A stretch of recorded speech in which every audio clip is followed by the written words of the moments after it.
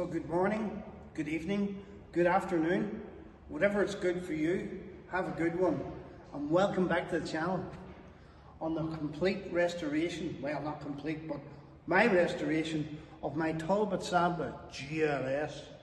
On this particular episode, I've now got a new microphone. I don't know what you think of that. In fact, I'm not even sure it's working right now, so this could be a complete waste of time. But on this particular episode, we get to do lots of cosmetic stuff to this Talbot Samba.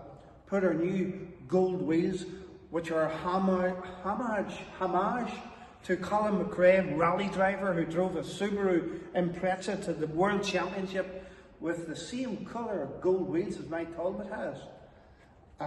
is going to have.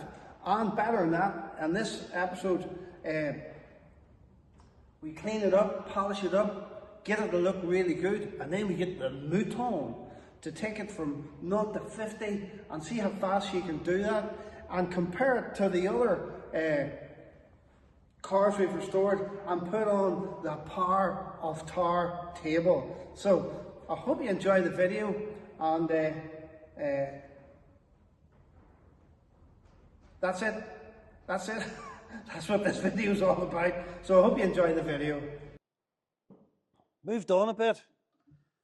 How cool is this? Just been down to Tire Master on the Guildford Road, Portadown. And Robert's been so good to me. Like originally, these tires were on my Samba.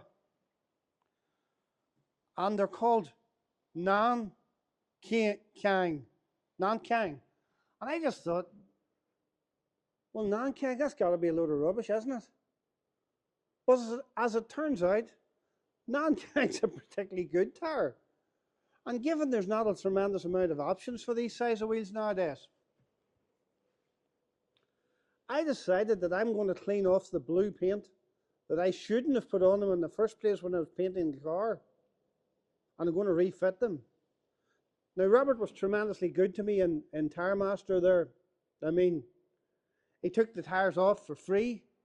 And he's just put the whole thing on with new valves and all balanced for £20.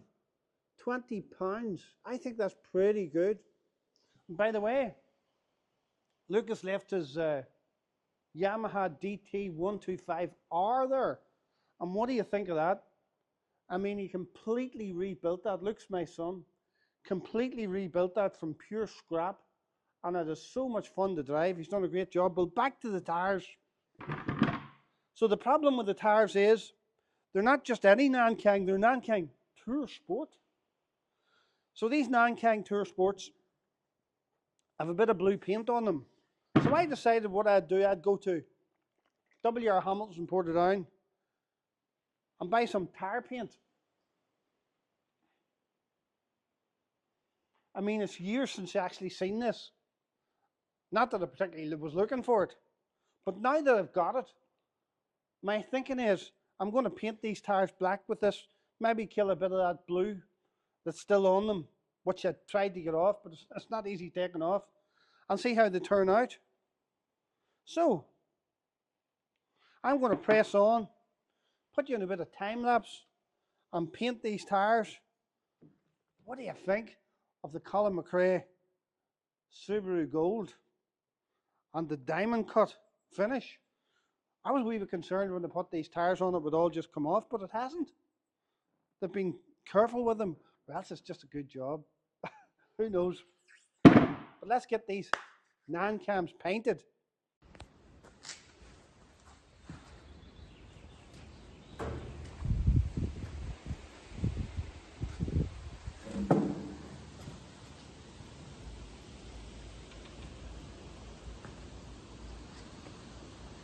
One done, 3 to go. And of course I've got to turn them over and do the other side.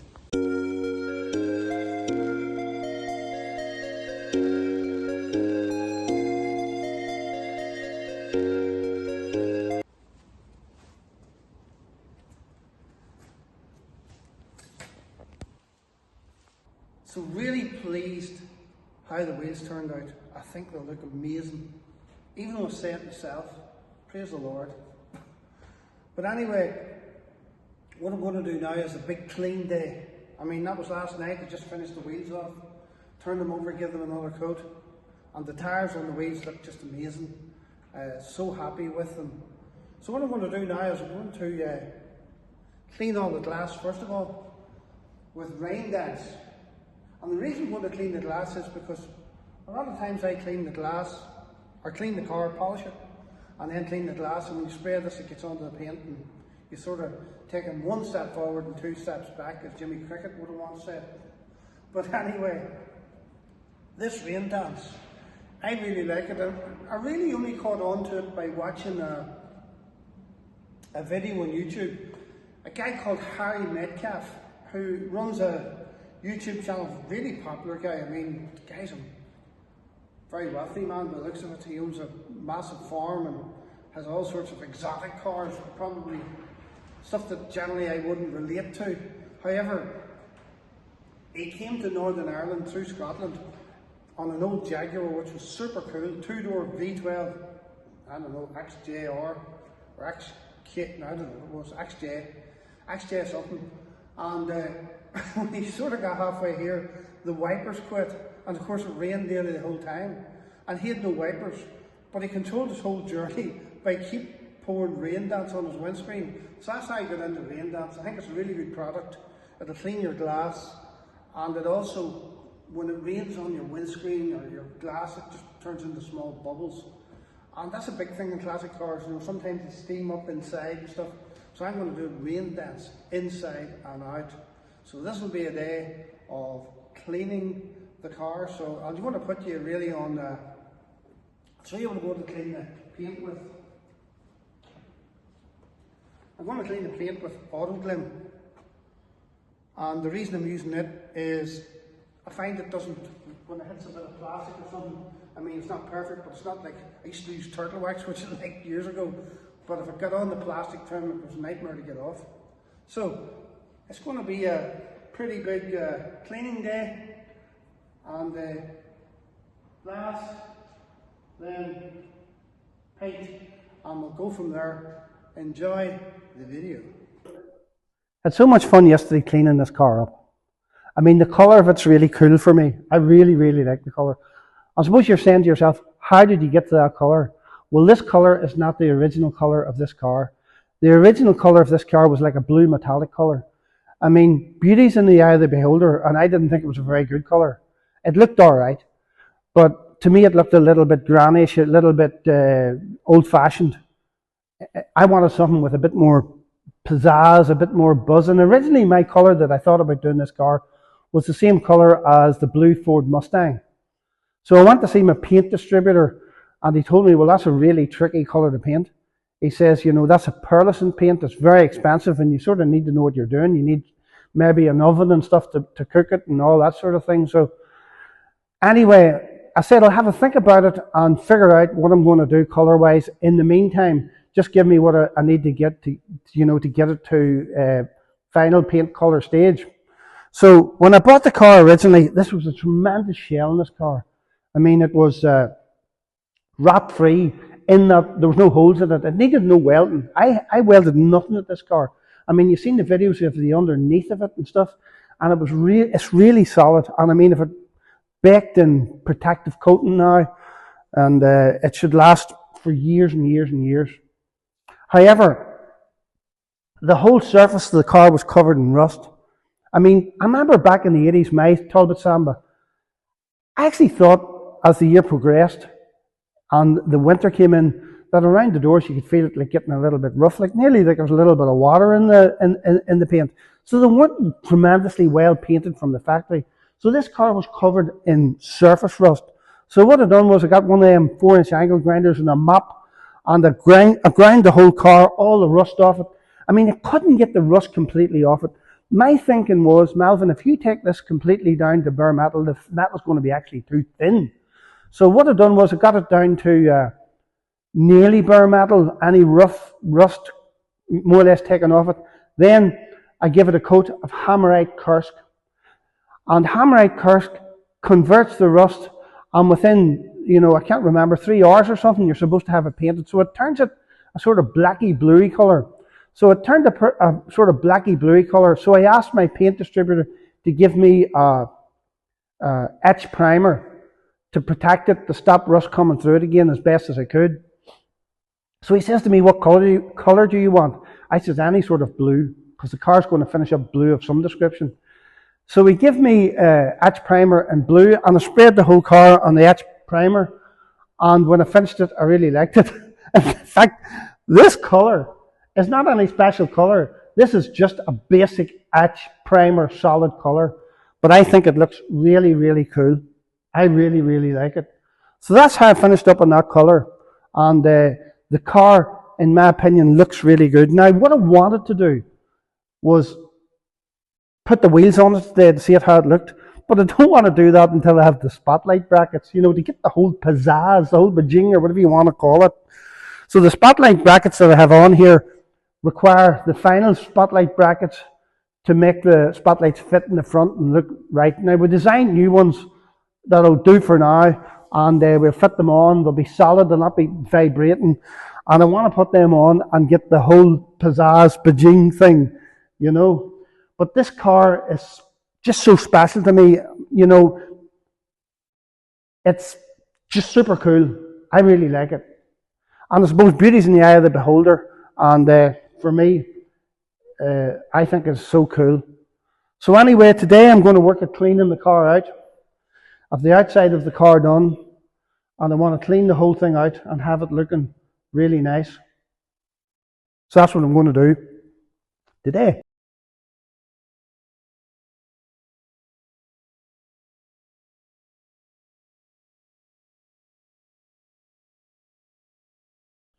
So just thought I'd show you how good the boot floor is in this Talbot Samba. I mean, it's in tremendous condition. This is gone. I need a new one of these. So I have a bit of timber stuck in to hold the door up for now. But I wondered what that strap was for. I mean, it's not for the jack, because it neatly fits in here. And the wheel brace. But the inside of this car and the structure of this car is just amazing. So I thought you'd be interested just to see how good the floor is on it.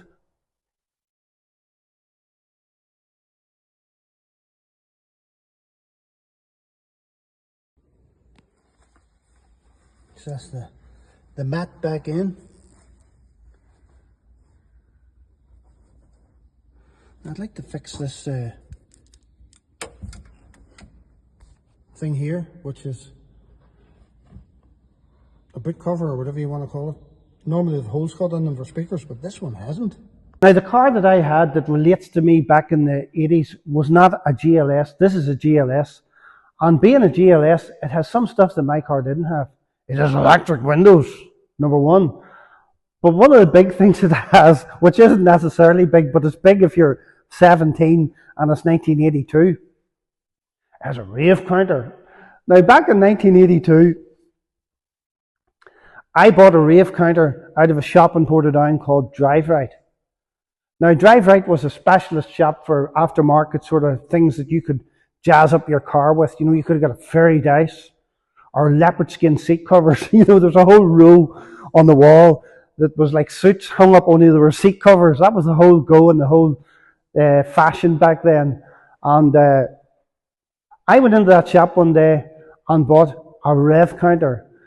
I don't even know how I got it fitted and working, but I did. And what it was, do you know, like back in the 80s you had like, or even the 90s, you had an alarm clock beside your bed that was, the time was in red lettering. Well, that's what this rave counter was like. I mean, this is not my car was not a real ravey engine or anything like, but you know, I just thought it was so super cool, you know, to put your foot in the accelerator and see this, you know, these rave counter coming up. So that's really the story with this car. This car is relatable to me, and you know, it's I suppose a nostalgic thing to be able to go back till, you know, say 1982 or 1972 or whatever two it is that is relatable to you, and be able to pick a car up that someone has looked after, a survivor. I just think that's amazing.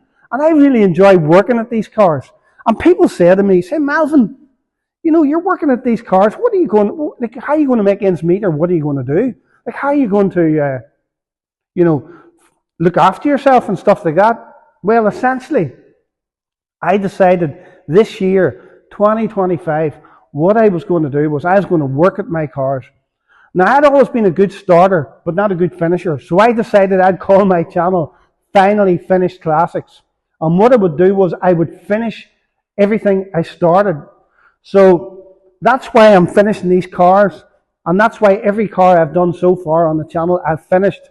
So ask me what I'm going to do with the cars. Well, number one car was a Land Rover Discovery, which was lying in a field, which essentially was going for scrap the next day, which I bought for scrap money with 90-odd thousand miles on, TD5, lovely car, but look, needed a lot of work. So we done that on the channel, and that's my everyday driving car, and I really enjoy that car. I'll tell you what's really good about it. It's good to drive, and the sound systems in it is absolutely amazing. So I like listening to the sound system, and my wife and I think it's far better than her modern Peugeot 3008. So we're not going to sell the Land Rover Discovery anytime soon. The other thing is it's a Q-Reg, and not everybody wants a Q-Reg car. So the next car we done was Citroen Saxo Open Scandal, and that's such a cool little car. Yellow car. I mean, Luke and I, my son, we done a absolutely extensive restoration of that car. We pulled the engine and gearbox out. We painted underneath it, around the engine. We painted the car where necessary. We welded, lots of welding on it. And it's a real solid, fun, buzzy, enjoyable little car. But the problem with it is there's too much nostalgia in that for us. Luke and I done that together, and we're never going to sell that. The next car we done was a Peugeot 106 Rally. Now, being a Peugeot 106 Rally, that's a real special car. And it's not mine, it's Luke's. So we done that for him to get his car finished so that he can tax it and enjoy it this year. Luke's getting married this year, and he's going to take he's got a BMW, as you can see back down there, a real cool car that he done up. He's a good finisher. He does stuff really to a high standard, probably much higher than me, but definitely much higher than me. But so we're not going to sell the Citroen Saxo. Now, as far as this Talbot Samba is concerned, this is just amazing to me. And, I'm not going to sell this car. We're listening to Harry's Garage. I was talking about Harry's Garage, Harry Metcalf. And it's a great channel. I enjoy watching it. He took a Rolls Royce away up into the Arctic Circle in an old Rolls Royce, Norway. He took a Ferrari Testarossa away down to Morocco or something. I love the journeys he does and the talks he does. But his cars are very exotic. I mean, it's good to dream about them. I'm not knocking that. But it's hard to be relatable to them. We never had any. I mean, if you did, I don't know anybody had a Ferrari. Whenever I was young, if you're really good and really clever, you might have had an MG Metro or a Ford Fiesta XR2 or something, or a Kia. But nobody had Ferraris or any Porsches or any of that stuff. So it's hard to be relatable to what Harry done. But I can relate to this here. So I had some friends in church who said some stuff to me. And one of the people who said stuff to me was Nee, who's originally from Nigeria. And he said to me, Melvin, he was at my house the other day, and he says, Melvin, can I have one of your t-shirts? I said, certainly. He wanted to buy it. He says, can you not sell them on your channel? And I says, well, I didn't really buy them to start off doing that, but if you want one, I'll give you it. I'm not going to ask you for any money for it. So reluctantly, he took it.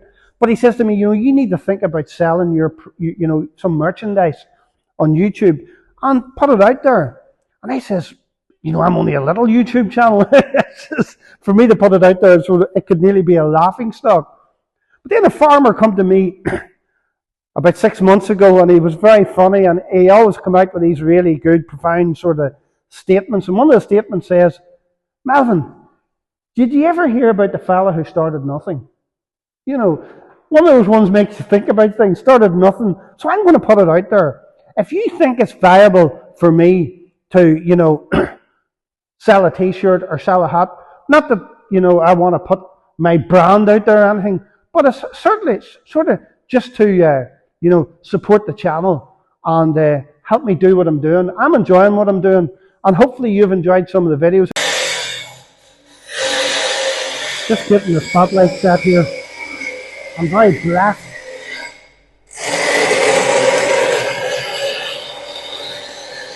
William James is essentially making them for me. How cool is that? That's favour for you.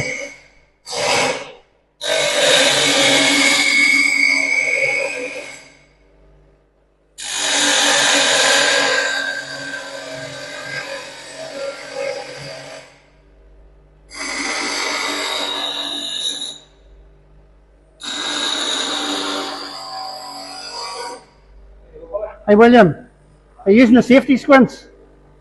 Yeah. Hang on, I can't hear you. What do you say? Are you using the safety squints? No, safety squints, Brilliant job. Let me see them. How's it look? That's cool. Better than my wiggly wobbly ones. Yeah, they're quite heavy. Good they're stuff. a bit oblong and a bit strange, but you want them clearing the number plates. So. I want them clearing the number plate. So the whole thing was, when we put them on, it sort of hampered the number plate. Now there was an option of putting a square number plate on it. However, I quite like the idea of just keeping them out apart from the number plates. So we'll see how they finish up. On the wheels, William, what do you think of the wheels? Very good. The wheels are cool. I'm missing one centre cap for these wheels, but I didn't want to put the wheels on until I had the spot lamps. So they got the whole pizzazz or whatever you want to call it.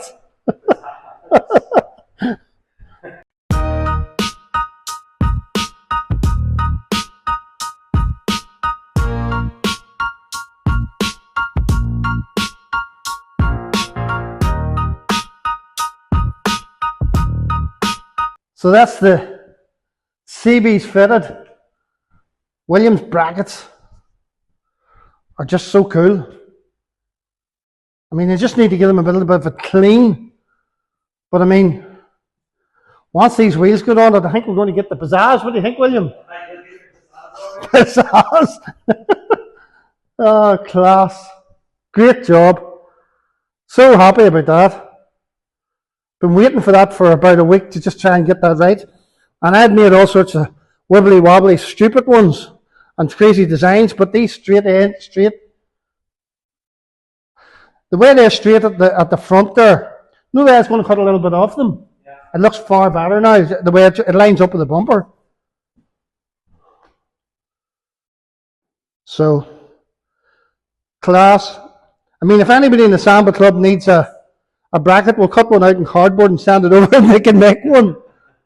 So what do we think? Just got the wheels on. And I think she's pretty smart. Praise the Lord.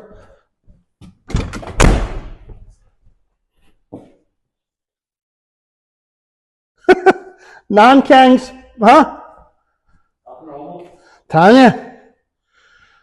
That is one cool job. With the Colin McRae homage, Subaru Impreza rally wheels. Homemade diamond cut, huh? Oh, that's amazing. Really appreciate your help, William. You're a blessing. So as I said in the past, I had a couple of stories relating to these Firestone tires that I wanted you to know about, that I want to put out there. Because when I was looking for tires for this car, they're not really easy to get. And I in particular wanted Firestones. Because Firestone brings back some good memories for me. Some things that affected my life in a positive way. And some fun times that I had looking back over my life. But Firestone tires were not really available. They're obsolete essentially for this size of tire for sure. And therefore, I thought I was completely just lost. I wasn't going to get one. But this car keeps its spare tire on top of the engine under the bonnet. And for all my millions of YouTube watchers in the United States of America, is the hood, under the hood, So that it can bring back the memories that I like to remember, I'm going to paint the Firestone bit white so that it stands out. And the stories that I have in relation to Firestone tires, one essentially is whenever I was about 17, 18 years of age, my friend, lifelong friend, I mean, we went to Sunday school together. I actually think we got christened in church, in the Anglican church here in Northern Ireland on the same day, along with another lad, David Parks. So we've known each other our whole lives. We went to Sunday school together, and rather than sitting in Sunday school and paying attention, Andy and I used to talk about the stock cars. And the stock cars were essentially oval racing around a football stadium, a football pitch and a football stadium in our local major town, I suppose, Portadown. I mean, we live here in between Portadown and Lurgan, and there's great rivalry between Portadown and Lurgan football teams. Portadown being Portadown, and Lurgan's team is called Glenavon. But anyway, Andy and I went to Sunday school, and we didn't pay attention. I mean, we spent most of our time talking about stock cars. And whenever I got to about 17 or 18 years of age, stock cars were really out of your grasp, you know, as a young kid, unless you had loads of money or were brought up in a family that done nothing, only stock cars. And some people were brought up like that, but we weren't. I know Andy's dad was a farmer and my dad was a fitter in a local factory. And therefore, for Andy and us to just get a stock car and drive it was just unachievable. I mean, I think my wages when I was 17 was like £23 a week. You know, £23 a week as a trainee carpenter. You're not going to start any big racing career. I mean, you're going to need sponsors, and sponsors was not something that was available back then days. However, we have a great story about Andy and us racing stock cars. And that story is, I bought a Vauxhall Viva, which was 1.256 litre, or cc's, or whatever you want to call it. And Andy had a Mini. I would say his Mini was maybe only 1,000 cc's. And what you done was you took all the glass out of the car, you took all the seats out of the car, except for the driver's seat. You took the petrol tank out of the car, and you stuck a metal petrol tank in the boot, or again for all my American watchers, in the trunk. So there wasn't much to it. That was it. Then you went racing. I mean, there was no need to vamp your engine up. Well, we certainly weren't. We certainly weren't able to make our engines any more powerful. So ultimately, we just turned up with a bog standard production car. Had to be under 1,600 cc's. Mine was 1256, and I think Andy's was 1,000 Mini. And they weren't really, you know, anything. They weren't, what would you call it, competitive. I mean, Andy did win a race one night. It was tremendous, and like generally we didn't win anything. But one night in particular, there was a crash, and everyone crashed into the wall and were wrecking each other. But I don't know how Andy done it. He seemed to find a line around the track, which meant that he didn't crash. So consequently, he won. And when you won a race, it was everybody's vision. You got somebody to drive you around the stadium, and there was good crowds there in those days. And there's Andy sitting on the bonnet with a big cheesy smile with a checkered flag. He had took the title that night. I can never forget it. But anyway, how does that relate to Firestone tires? Well, what happened was there was a man called John Henderson in the Guildford Road in Portadown. Lovely fella. And we said, you know, cheeky as we were at that time, John, could you sponsor us, you know, with tires to race around Shamrock Park? And what I found out was, I'm not 100% sure of this, but a BMW rim would fit on a Vauxhall Viva, which meant instead of it being that skinny, it was that skinny, which was really wide at the time. So anyway, John Henderson says, I tell you what I'll do. I'll take old tires that somebody has replaced with something fresher, and I'll recut them for you. And what happened was, John Henderson supplied me with 4 Firestone tires. And I mean, they look super wide, and he recut them for me. And here I was turning up at Shamrock Park with the Firestones. And I thought that was super cool. So that's one of my stories about the Firestone tires. The other story about the Firestone tires is about a man called Jerry Savelle. Jerry Savelle was a preacher from the United States of America. And he had a tremendous impact in my life. I loved the man. I mean, he went to heaven last year in 2024, just about a year ago. It was a big shock to me. He was 70 or 80 years of age. But anyway, one of Jerry's stories when he was in 1969, 1970, he was just starting out in the ministry. And I mean, he had two little girls, probably under 4 years of age, certainly in and around that anyway. And him and his wife Carolyn were traveling from one city to another city in America. You do tremendous miles in between different places where you preach. And he was finding it hard to make ends meet, but he was believing God for supernatural provision in his life so that he could fulfill what he believed and certainly was his mandate to preach the gospel throughout the world. And I mean, he started off believing God when he had nothing, absolutely nothing. I mean, he had no house, he had no cooking facilities, he had no fridge, he had nothing, but he had a nice car. But the thing about Jerry was he had a nice car because he was a good painter. He hadn't got a nice car because he had a nice car, if you know what I mean. I mean, it was an old car that Jerry had painted up to look good. But on the outside it looked good, but on the inside it was pretty rubbish. And I mean, the price of tires back in them days, he hadn't got the money. And he was running on tires that were right on the limit. And he was believing God for supernatural breakthrough financially in order that he could buy 4 new tires for his car. I don't know what it was. One of the big American cars, I suppose. But anyway, Jerry and Carolyn and the 2 daughters were travelling down the motorway. It goes something like this. And they were singing and praising God.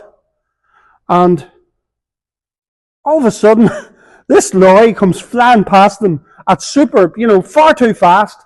A Firestone lorry, tire lorry came past them, whizzed past them and up the road. And Jerry says to Carolyn, he says, boys, that lorry driver's driving too fast. Then the next thing, about a minute later, all of a sudden, Jerry sees something rolling down the road in the distance. And rolling down the road in the distance just happened to be 4 Firestone tires. And Jerry just stopped on the road, and these 4 tires come down and rolled and hit right against his bumper. And he says, that lunatic, he's driving far too fast. There's the tires all bouncing off the lorry and rolling down the road here. Could have caused an accident. So he was about, I suppose, 20 miles from the nearest big town. So he put the 4 tires in the trunk or the boot of his car, and he drove to the next town. And he went to the Firestone distributor in the town, and he says, look, I was driving down the road and 4 tires fell off the back of a lorry, and here they are. These must be your tires. And the Firestone company says, no, they're not our tires. They're definitely not ours. They're nothing to do with us. So he went to another Firestone distributor and finally went to all the Firestone tire distributors throughout the whole of that town in America. And none of them would take the tires. In fact, they adamantly refused to take the tires. So Jerry looked at the tires. And how did this happen? 4 tires rolled off the back of the lorry. But not only was it 4 Firestone tires, but they exactly were the right size for his car. I mean, it was a great sort of enlightenment to him of the provision of God in his life. And it was a catalyst for him to continue on preaching the gospel and making the impact that he did make throughout the whole world. So I just thought it was a tremendous story. And every time I look at these Firestone tires that I'm going to paint white here and put on the front of my car on top of the engine, I'm going to think of those 2 stories that I look back with great fondness of. So that's my 2 tire stories. So what I'm going to do now is I'm just going to paint the Firestone in, and it's Firestone S for Sport 211. And then I'm going to stick them on top of the engine. So I'll put you on time lapse.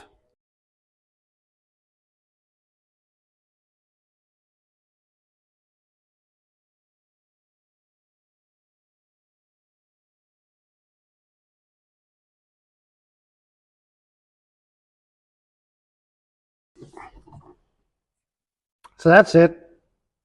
That's the Firestone tire. What great memories of our stock car racing days and of Jerry Savelle. And it goes just here.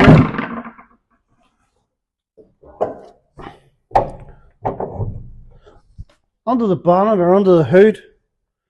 And the thing about it is, you have to put it in there flat. So I've just let the air out of it.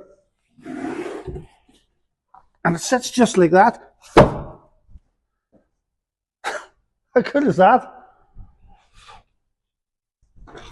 Then you say to yourself, what's the point in having a spare tire if there's no air in it? Well, these cars actually came with a compressor. And I don't ever remember having one when I had one of these cars back in the early 80s. But apparently there's a compressor that's supposed to fit under the rear seats. And I see where it's meant to be. However, I don't have one. I'll have to get one. I mean, they're out there. Some people have them. So I'll have to buy one for it. But I'll tell you this. I'll tell you one more funny story about stock car racing. Me and my best friend, Andy Kearns. I mean, we were driving stock cars that were not competitive. You were supposed to have a car under 1600 cc's that was a production car. And of course, when the scrutineers scrutineered your car, they could look at the engine, they could look at the wheels, they could look at, just all sorts of stuff that was sensible. But if you had a souped up engine, they didn't know.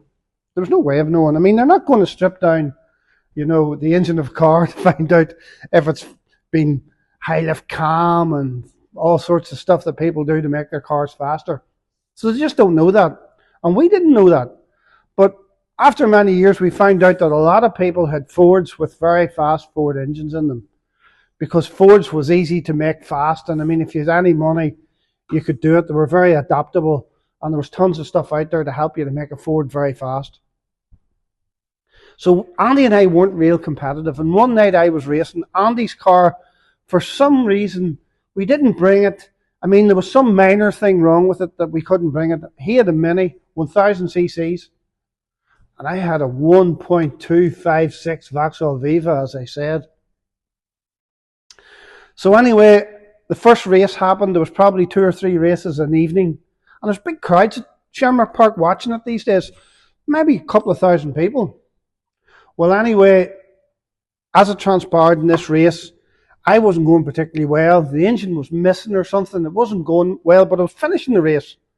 However, the leader of the race come round the corner, the final corner, 1 lap to go. I went down the straight of the final straight, and he come flying behind me in a Ford Capri, a really souped up Ford Capri. And before he went round that corner and took the checker flag, he decided he would put me through the wall, which he tried to do. So he rammed into the back of me and more or less put me through the wall in what was called the Shally corner. And I mean, that was me out of the race. But here's the most stupid thing about it. That was him out of the race. I mean, he had 1 corner to go to take the checker flag and win the race in a yellow Ford Capri. Never forget it. I seen him coming. I knew what was coming. I was moving over to let him go past and, win the race, because there was no point. I wasn't running properly. And I was probably trying to stay out of his road too, to be fair. But anyway, he wrote himself off and put me out of the race. And after the race, Andy and I couldn't believe it. I mean, Andy hadn't got his car there. I was there on my own, and we towed up my car over. I can't even remember how we towed it over. I mean, we didn't have car trailers, really. We probably used a rope to pull our car over. When you look back at it now, it's so funny. But anyway, I wanted the guy off the race, and I says, I was only like 17, and this big man, I says, what were you doing? Like, you're going to win the race, and not only did you write me off, you wrote yourself off. And he was going to fight with me. I mean, I was only a child comparatively at the time. So Andy was not somebody who lost his temper easily, but when he lost his temper, Andy lost his temper. I mean, he lost his temper. So anyway, I says, Andy, what are we going to do? And Andy says to me, I'll tell you what we're going to do. We're going to go home and get my Mini, and I'm going to ride him off in the next race. Because he had a big team of people around him. And I know he had really badly damaged his car. He had enough people to repair it, put new struts in the front of it, put a new radiator in it, and get it ready for the next race. So he was working on doing that, and we knew he was working on doing that. So Andy says, we'll go home and get my Mini. So we drove home in whatever car I was driving, or whatever car Andy owned at the time. He owned a Vauxhall Viva probably, or probably a Vauxhall Viva. And we went home, which was about 3 or 4 miles away, and we got his Mini, and we towed it out, and whatever was wrong with it, we were able to get it going for the final race. So the final race of the evening started off, and Andy was in was in the race in the Mini, and a couple of laps were done, and then this lap I seen Andy, he pulled over to the inside of the track, and this guy came flying up who wrote me off, and that he put him through the wall in a Mini. I mean, a Capri. I mean, completely out of the race. So that was a real funny story. Back in, I don't know, 1983, Andy in a little Mini, out for revenge on my behalf, more or less put a Capri over the wall at Shamrock Park. So I hope you enjoyed that story too. But that's the tyre in now. This car's coming to a completed stage. Looking forward to seeing this 0 to 50, get the Mouton to take it to 0 to 50, and we have another finally finished classic. So we're going to give it a clean inside. It's a nice day today. Maybe do it outside, in fact, clean the inside of the car, give it a clean up, and let's get some photographs of how this car finally looks. So one of the things I've learned working on classic cars is the need to improvise, whatever that word is. And the reason for that is, like, this is a early 80s, 82 car. And you just can't walk into your local Talbot dealer and get whatever you want. So, the partial shelf on this Talbot Samba, from what I can gather, is a sort of a GLS thing. I mean, when you open it, it closes up against the back of the tail lift and gives you real good access into the car. And when you close it, there are 2 little slats where it goes into. And it's just a real tidy, neat job. I'll give you a close-up video in a minute. But one of the straps that held it was broken. And there's no chance of getting one to match. And a little bit of it's elasticated rope and a little bit of it's black rope. So I went into a place that sells Venetian blinds, got a bit of rope and painted it black with spray can satin black. Then I found a little bit of elasticated rope lying in the garage here, and I was able to join them together, getting these little plastic fittings, you know, for electrical connections. So what I done was I burnt the plastic off it with a cigarette lighter, and then I crushed it so that the ordinary curtain rope could join to the elasticated rope. And then I fitted it, adjusted it, fiddled about, and now I've got a great job on it. So I'm quite pleased with that. I'll give you a better look at it here. So this is the partial shelf on the back of the Talbot Samba. From what I can gather, I can't remember what mine was like, but a GLS apparently is different. I could be wrong there, but apparently it is. And when you lift it up, it closes up against the back of the tail door. And it's joined on, that's the rope I made with the electrical fitting there, and another one in here to match this side. Now I do need a gas strut, which I don't have, because mine's not working. But look at that. So happy getting that little issue solved. Like, this little car is coming together so good, and We're nearly getting ready for the Mouton to take her 0 to 50 to see how good she is. So right now I'm just tidying up some aspects of this car that I probably should have done better. For example, I had the fuel line run directly from the fuel pump, but it had no filter on it.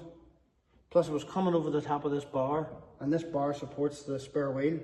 So essentially it's going to run out. It's going to rub a hole in it or something sooner or later. Now the other thing I didn't do was put a filter on it. So that's completely better route there. It's a bit longer. In fact, it's a lot longer. In fact, it's probably too long. I could do with making that shorter.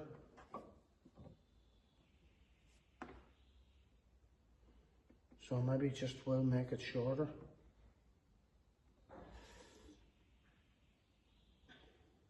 Or will it? I mean, if it's over there, isn't it safe enough? Yeah, maybe I'll not. It's definitely longer, but I'm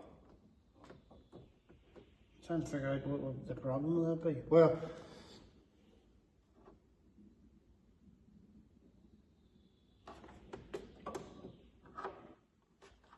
I suppose ideally you'd want the fuel thing back there, fuel filter back there, not near the battery. So if this fuel filter, and I've got it exactly beside the battery, I'm not convinced that's a clever thing, so I'm going to move it. But that leads me into two problems, because I'll cut this pipe, which is easy. I'll take this Jubilee clip off, which is easy. But in order to push this fitting, or this hose, over the plastic fuel filter, or anything for that matter, you need to hammer the end of it to soften it up a bit. And I was doing that on the vise. So in order to do that here, I'm going to have to take the whole thing off again. But I think that needs to happen. So I'll put you on time lapse as I reroute, refit the fuel pipe. And this is new fuel pipe that is rated for modern fuels. So I'm going to completely reroute it, shorten it if it's too long, and I'll put you on time lapse.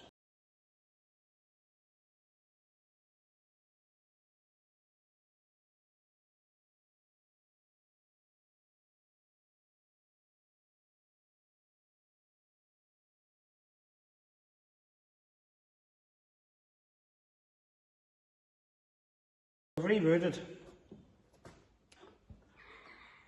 the hose completely, made it shorter, even changed the fuel filter. But here's the thing, this is my device that I've found out is ideal for making sure you've petrol coming from the fuel pump to the end of this hose, because I hate turning cars over and over and over and over and can't get them started because of a fuel issue. So I don't know what fuel's going to be like going through this fuel filter, but there's it into it. That is such an easy way of doing that. Oops, and you need to push it in.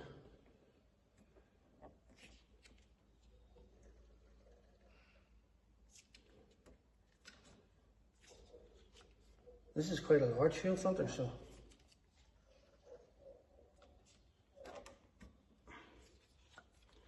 it's taking a fair wee bit of pulling the fuel through.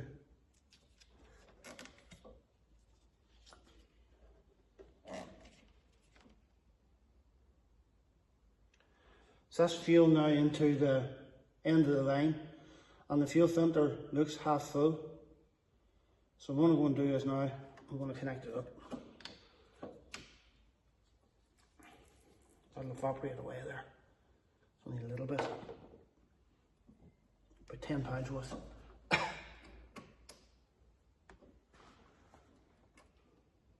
Actually, fuel's come down in price lately, which is a good thing.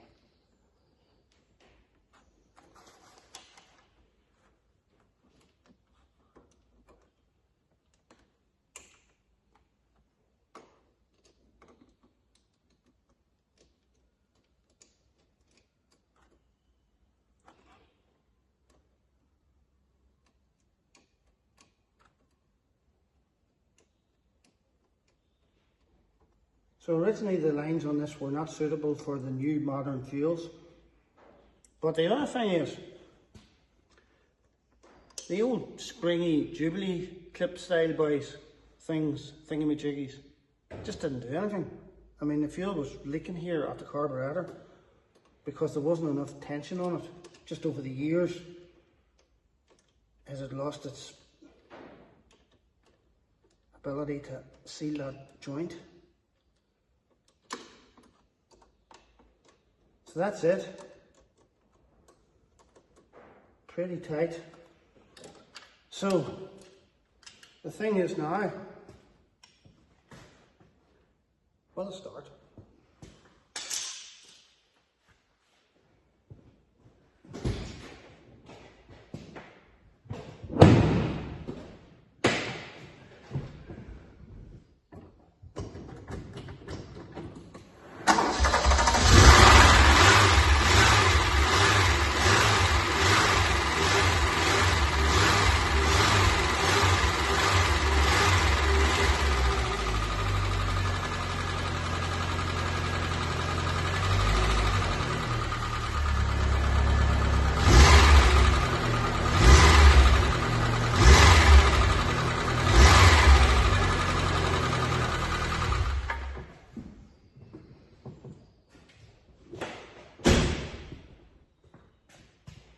So I have to say that's a good success. I'll just show you how I rerouted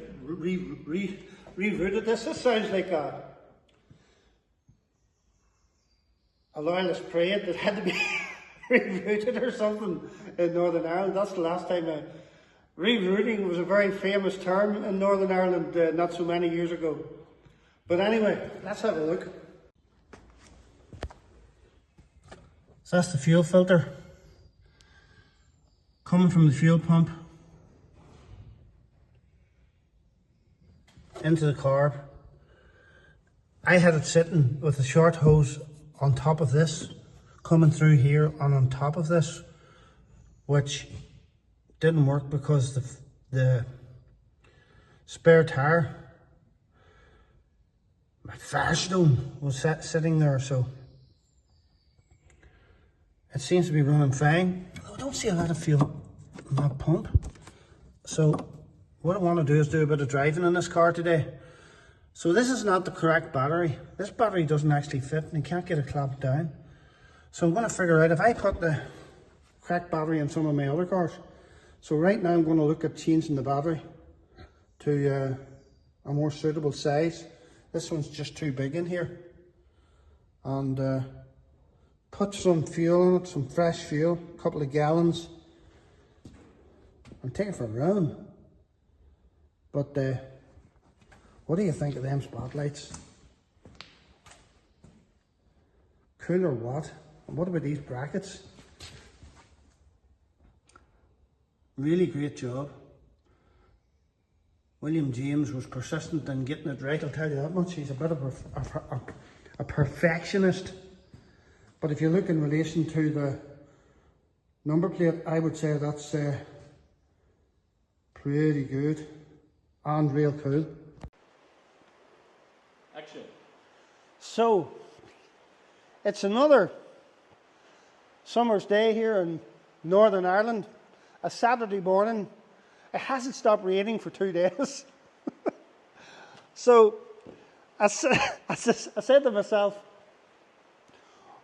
what sort of a harebrained thing could I do today? And what I decided to do was paint this part of the car black with some satin black paint.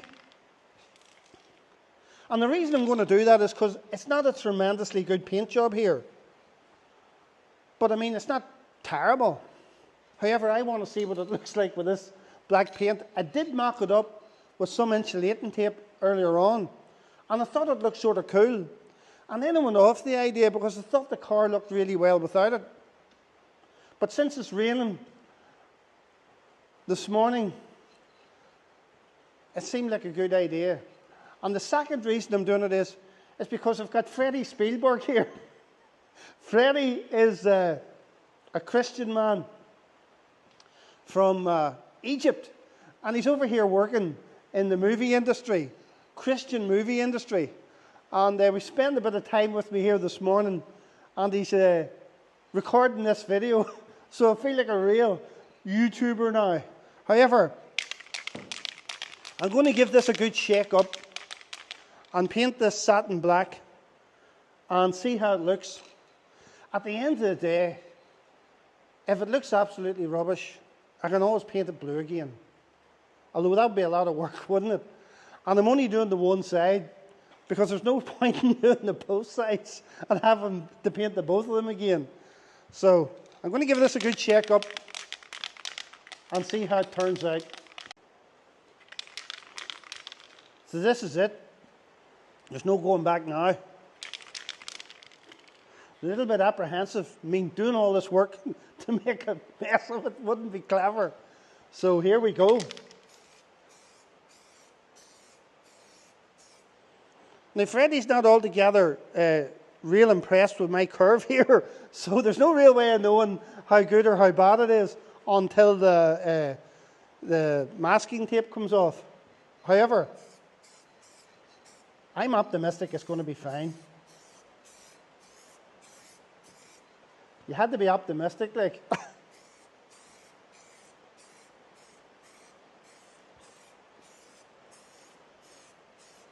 And what I don't want is some form of reaction with this paint. I never thought about that, but hopefully there'll not be.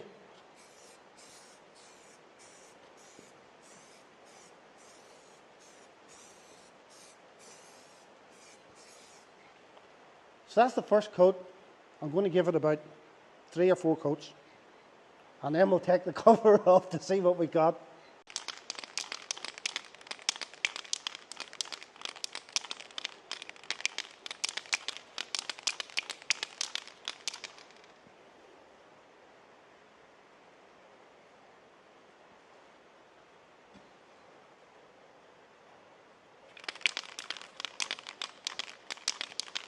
So I'm not real happy about this paint. It looks runny and very glossy. Now, we have a satin black paint that is really good.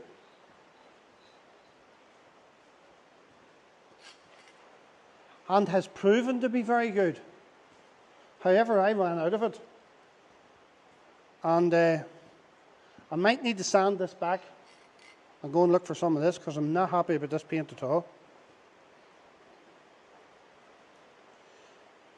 Unless I sand it down and try it another coat. But I'm not sure about this one. So,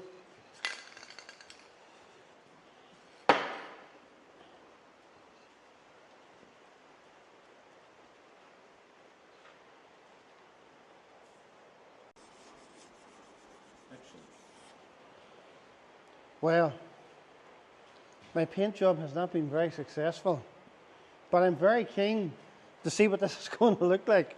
So I've decided to sand it off with some 400 grit sandpaper and try again.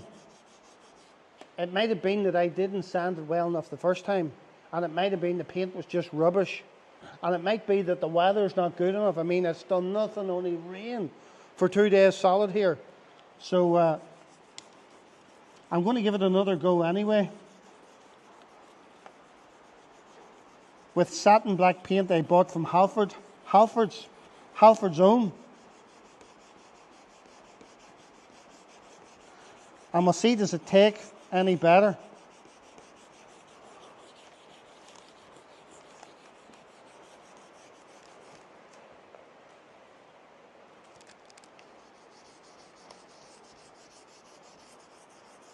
But this definitely didn't look good.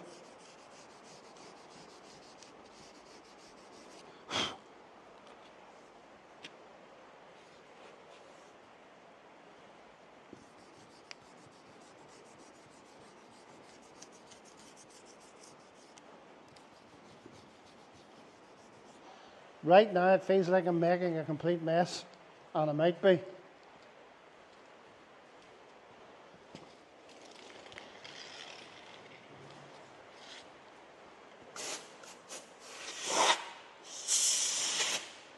It's great having my director here, Freddie Spielberg, the only problem is he really concentrates on the mistakes I'm making here.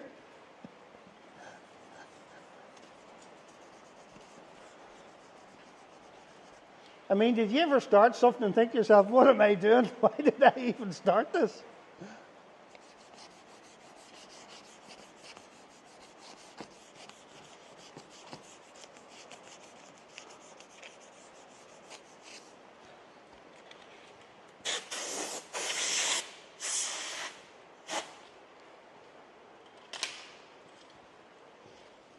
So we'll give my can a shake up for a few minutes here and then we'll try it again. So we'll try this one, but I'm going to shake it for a few minutes and try it out.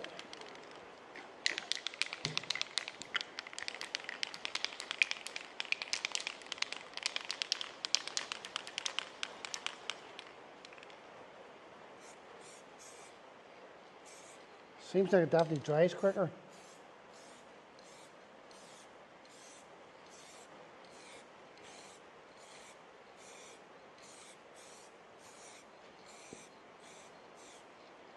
So, much lighter coat.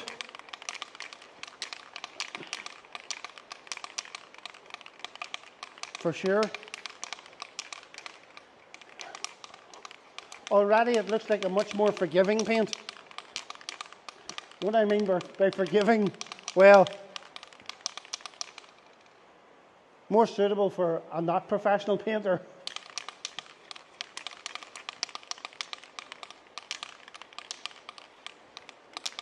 But Freddie says to me, he says, could you not just wait till Monday when it's nice and warm and the sun's out and all? I says, no, I want to see what it looks like now. Like, it'd be hard to spend the whole weekend thinking to myself, I mean, is that going to look good if you made a complete balls of this whole thing?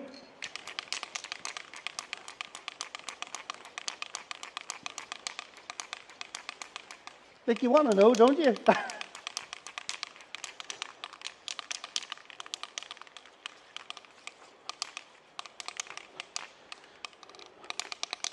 Freddie, I think we'll give that a little time to dry off before we give it another coat.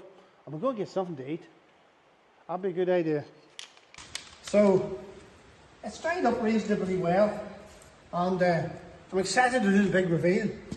I was down there getting some, waiting for it to dry, with Freddie Spielberg, getting some table tennis lessons from the Egyptian star. So what I'm going to do is I'm going to give this another coat. I think I have some overspray up here. I don't know how, you can't see it yet because I've got it taped over when I've seen the problem, but I'm going to give it another coat then. I'm going to do the big reveal.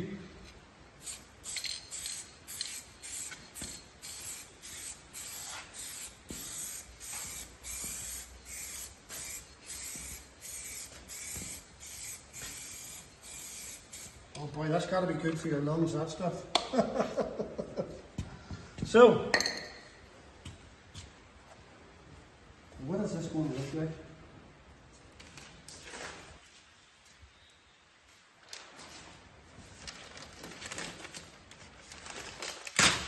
Oh no! Oh, Freddie, I've made a mess of it. Look! Oh no, I haven't. There's another thing. Come on. Ah!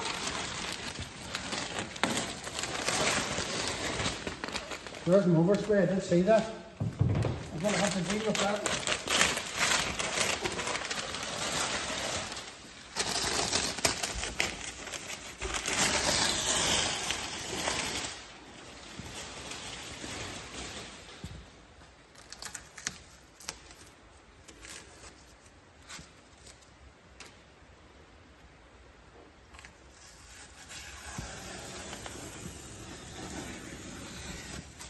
No, it's not perfect. There's a few. The tape didn't stick as well as it should have, I think. I don't know how I'm going to fix that.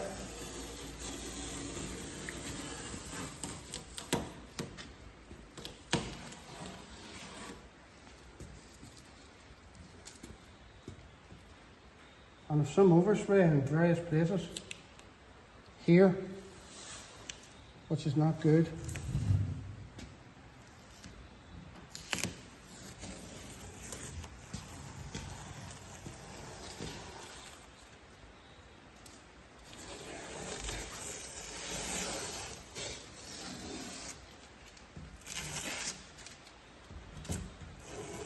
This blue tape wasn't really sticky enough, in my opinion, and that's created a little bit of a problem here. But when I look back from this direction,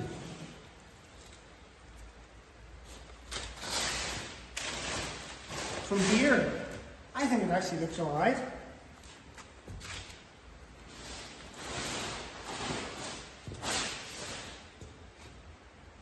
But there's definitely some issues here. And I don't know how to fix that problem there now. But that is the big reveal. Wonder could I get a knife and clean that? I mean, without making it worse. Oh, if I can't find my glasses, I'll use these ones. It's great to have all these 1919 glasses lying everywhere.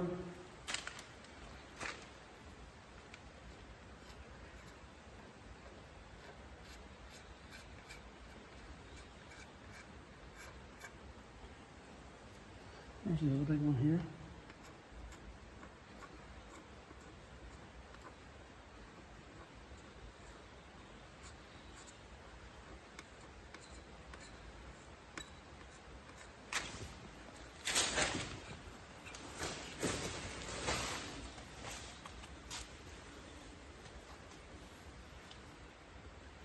So I think the moral of the story is, make sure your masking tape's good, not rubbish, and make sure your paint's not good, not rubbish. And we started off with bad tape and bad paint first coat, but other than that, I'm quite happy with it. Oh, am I? I think it's done now. I don't think there's any going back. I can't see me painting this blue again.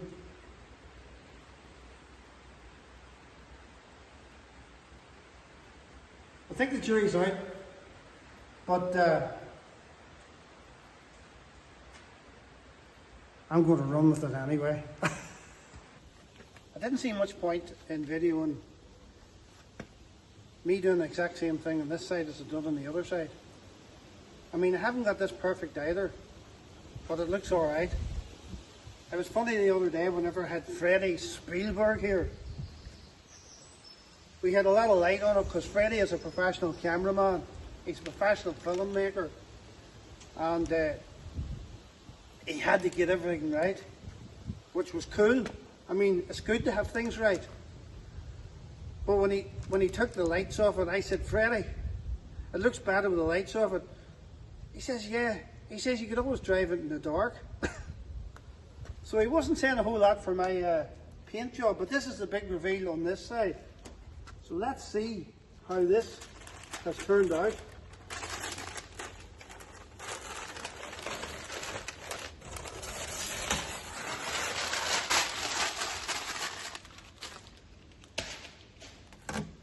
Maybe that's not so good for my good paintwork, that sort of tape.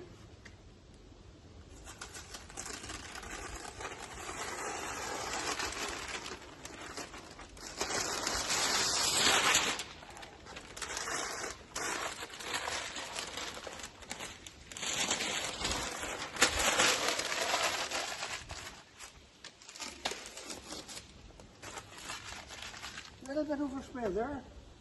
But you need to have some taping done to have no overspray.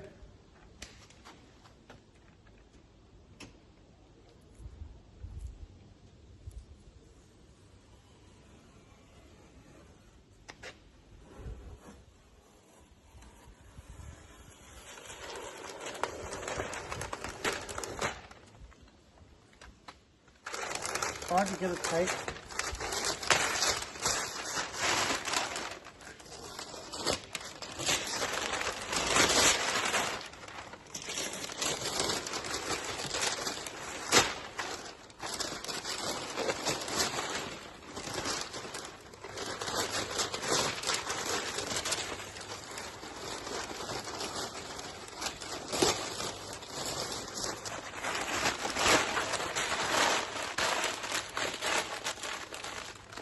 I'm going to have to get the cellulose out and try and tidy us up a little bit.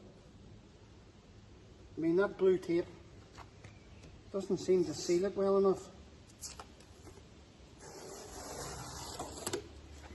But I definitely think, as Freddie says, it looks cool in the dark.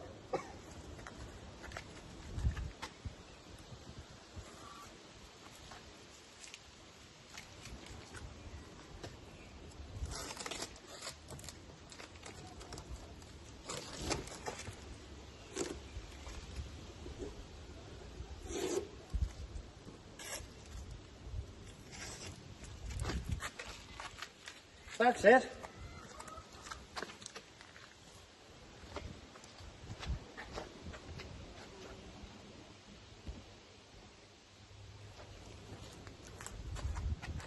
What do I think? I actually think it looks good. Thinks it looks good. But I definitely need to try and get some cellulose and try and straighten up. This blue tape isn't sealing the joint completely. Not creating a nice straight line. So, that's it.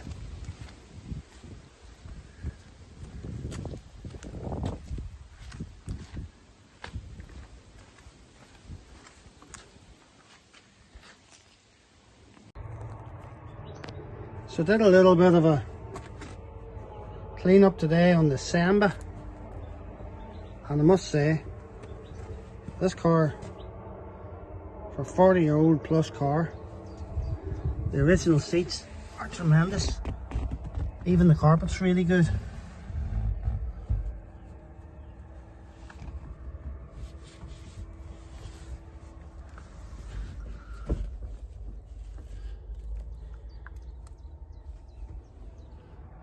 Door cards,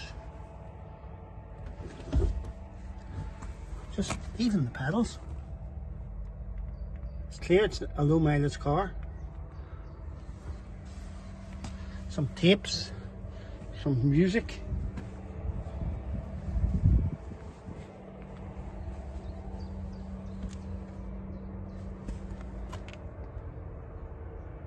So the car's in amazing condition. The radio works really nicely.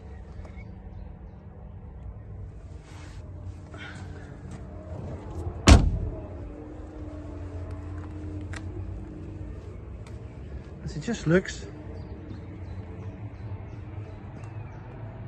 super cool.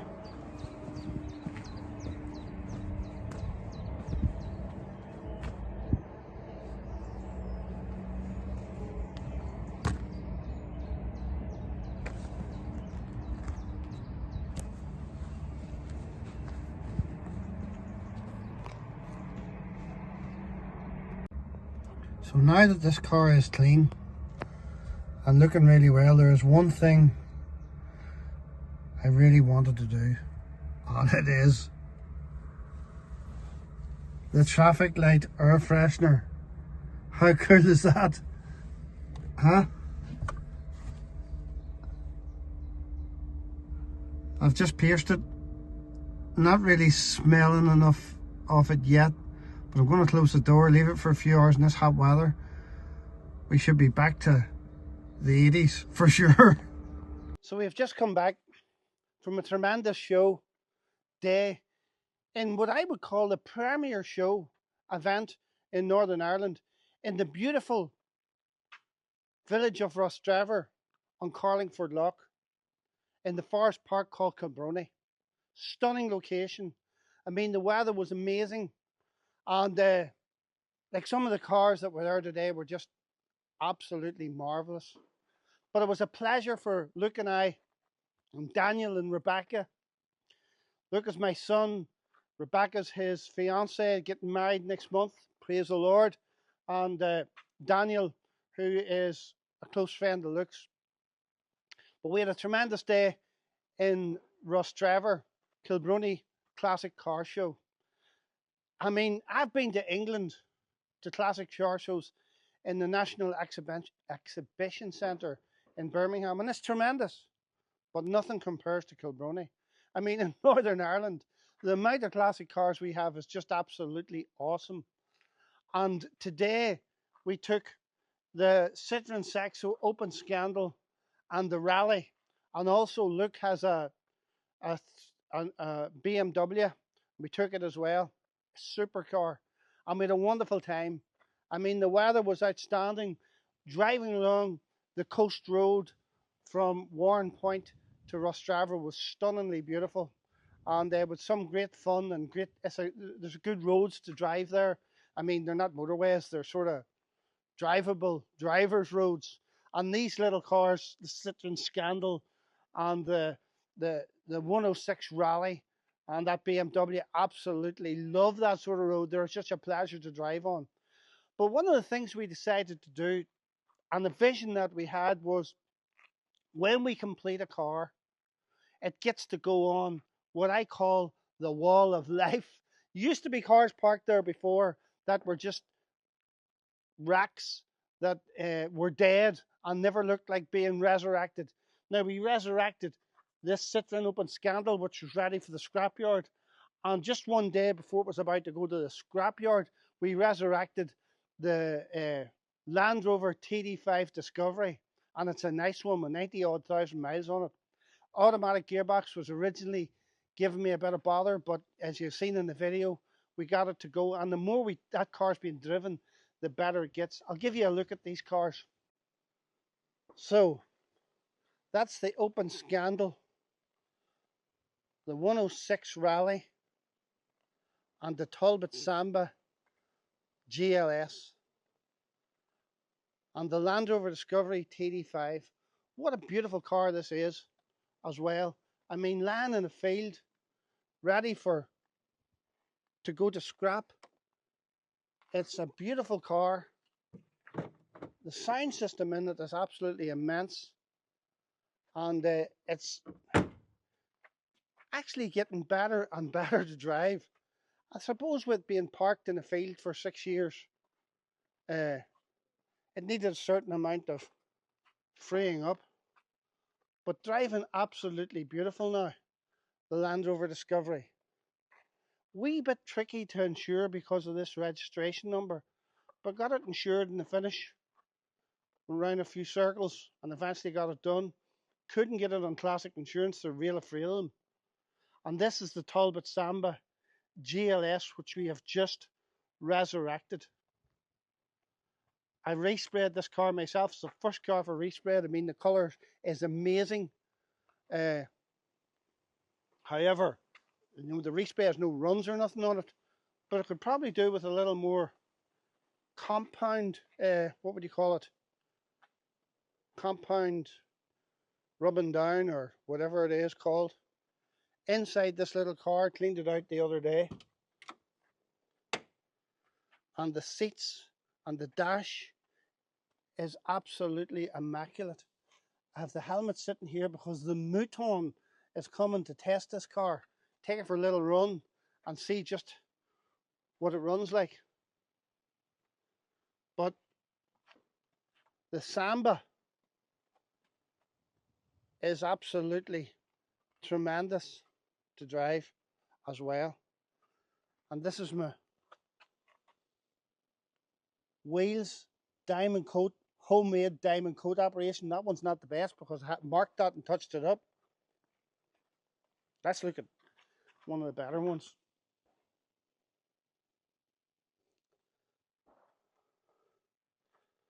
But what a tremendous car this is for over 40 years of age. 1983, this one. It's a GLS model, of which I'm not aware of any more than the two I've got. I've a red one and this one. I mean, if they're out there, I haven't seen them yet. Oops, that there needs just tapped up. Put a little bit of sticky stuff in that or something. Hold it up. It's the newness of it. But Samba is beautiful. What a beautiful little car. And a real hoot to drive. Really plucky and nippy. And everything works in it. And what about my traffic light? Air freshener. A real one. £25. Luke paid for that for him as a present.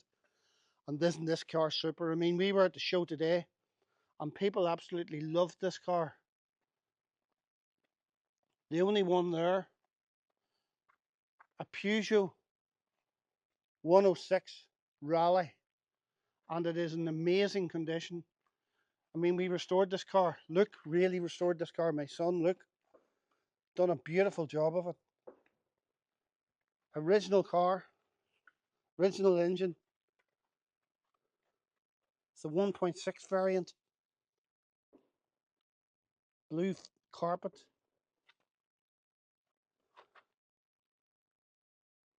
Beautiful car.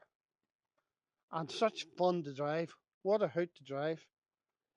And of course, probably the most extensive restoration that we've done, the Citroen Saxo Open Scandal.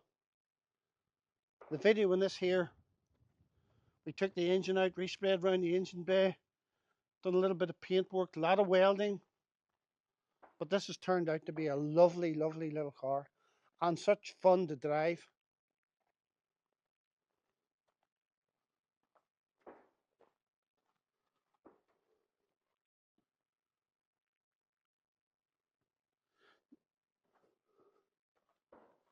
Some stuff in it from earlier on. The seats are absolutely amazing. Look at the zip. That's our toolbox for the show today. Need to get that out of it. But lovely, lovely little car. This was going to the scrapyard.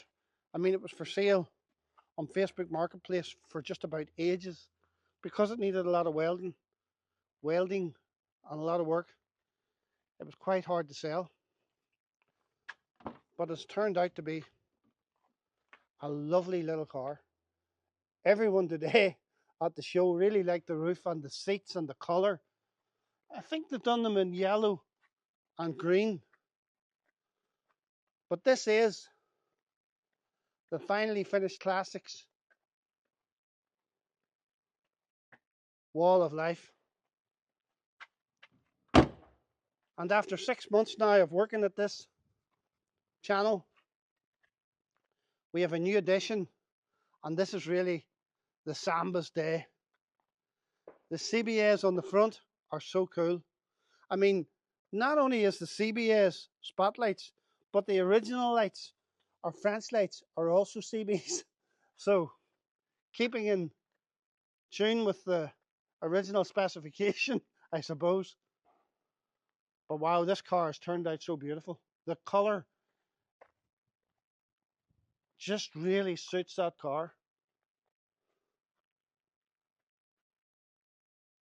So ready now for the Mouton to test this car from 0 to 50 to see where it'll go on the Mouton Tower of Power. So this is it. This is when the Mouton takes the Talbot Samba to 0 to 50 to see how good it is on our Mouton Tower of Power board. So here comes our team racing driver, the Mouton. Now the thing about the Mouton is, the Mouton doesn't particularly like Talbot, because in 1980, Talbot beat the mighty Audi Quattro to the Constructors' Championship in the World Rally, whatever you call it, World Rally race. Little old Talbot was the champion. So the Mouton is getting her safety belt on. And this is our 0 to 50. And looking forward to seeing how the Talbot Samba 1340 GLS does. Here comes the Mouton and the ultra rad Talbot.